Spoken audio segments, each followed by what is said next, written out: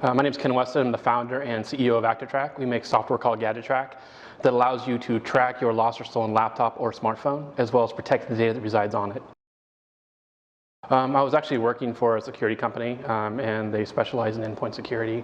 I was actually working on writing Trojans and viruses to show why people would need endpoint security software in a corporate environment. And so we took this technology that hackers were using, and we actually turned it into a tool to empower end users to track their lost or stolen devices. We started with the older iPods, flash drives, and external drives, and we filed a patent for that technology. It's actually embedded in FLIR cameras, which are very high-end thermal imaging cameras, about $3,000 to $300,000. We also did a bundling deal with Seagate to help them sell some of their external drives. Our security software came with it. We also launched a new Mac software that uses the camera and gets location off Wi-Fi networks, so allowed us to sort of bootstrap the company up to a certain level. After we developed the USB software, we then built out the software targeting laptops. We install it like any other software, and it registers the account on our server. You'll then activate tracking. And the next time the device connects to the internet, it'll actually gather information regarding location from Wi-Fi networks within 10 to 20 meters. It's actually the same technology that the first generation iPhone was using, and we're the first to actually apply it for theft recovery purposes. And we did it on Mac first. We also will then capture a photo using the integrated web camera. Then what we did was we took that technology and then ported it over to Windows as well. We then looked at smartphones. It was another device that in 2007 was still pretty new. So we actually provided the first mobile security software for smartphones, targeting BlackBerry and good old Windows Mobile for Trios back in the day. We were the first product to actually be certified by AT&T as an enterprise class mobile security product. And then we started moving more towards taking that and doing data backup and doing more with data protection for the mobile phones. So now we have a very robust suite of products where we basically cover every major platform. We were pioneers in this space. We're the first company to actually use the Wi-Fi position to get location. So as you can imagine, you had to kind of train law enforcement. I still remember our first recovery in New York. We tracked the location. We had a photo of the guy, and this New York cop. He was very against the idea of this technology. He's like, he didn't understand. Like, there's no way you can do this, And I said, look, trust me. Go to the location that we've provided.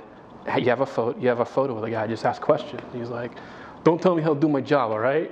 So it was like this whole thing, and then sure enough, he goes in and they find out who it was this guy who owns this tattoo parlor, and then there he is in the back room, and he had a bunch of other stolen laptops as well. So that was our first big bust, and ever since then we've really been working really closely with law enforcement, doing a lot of training on our technology and how it works.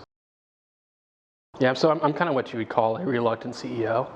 I had an idea for this technology. When I started it, I actually never even knew about VC or anything like that. Just this idea I had, it just became a passion. I was really excited about what we're doing, and we started recovering devices for people. It's just sort of this idea of doing something that people think is impossible, and taking technology and it's almost magical. How this can be used to help empower people. So.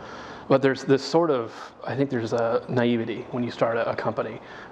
If I'd realized how much, this would have put me and my family through, I probably wouldn't have done it.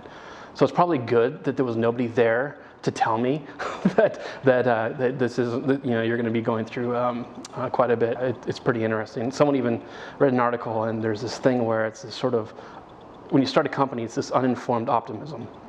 And everything is just sunshine and roses.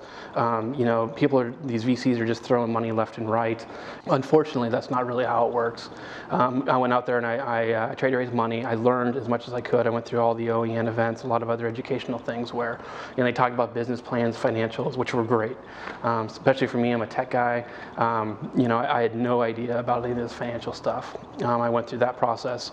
But then there's this other phase where it's this informed pessimism is what you call it. You start realizing how real this is. It's one thing to have a great technology idea, but turning that into a business idea, a good business idea, or a good business concept is completely different. And that's something that I think a lot of entrepreneurs go through, and I think that's sort of a phase where a lot of people will give up. in Portland, you know, I kind of like the fact that we're a little more down to earth. You know, actually having to show revenue, and you know, especially since we came from a bootstrap background, you know, we have some investors that you know, they didn't so much believe in the technology and the market, they believed in me and they believed in the team. We have a really good relationship with our investors. You know, and I think that's something that you're not going to see in the Bay Area.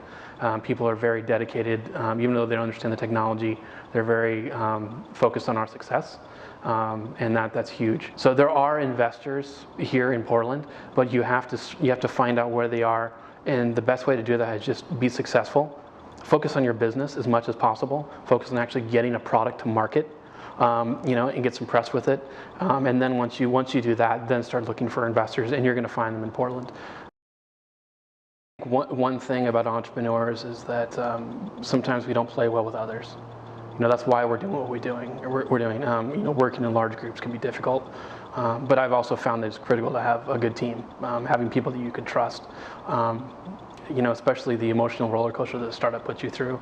It's like a dysfunctional family, and that's what it is. And you know, I think, you know, I don't think if I do another startup, I do it by myself. But you know, at the same time, you know, I have a feeling that even though I told myself I'm not going to do this again, I'm probably going to. I probably won't make the same mistakes. I'm going to make all new ones. But you know, I love this too much. There's just there's something that drives you. Especially when you start getting success, it's like a drug, right? Something good happens. I think Pete Grillo even told me, like he said, you know, sometimes a startup, you know, you're gonna have the best days and the worst days, and sometimes it's the same day, and that really rings true.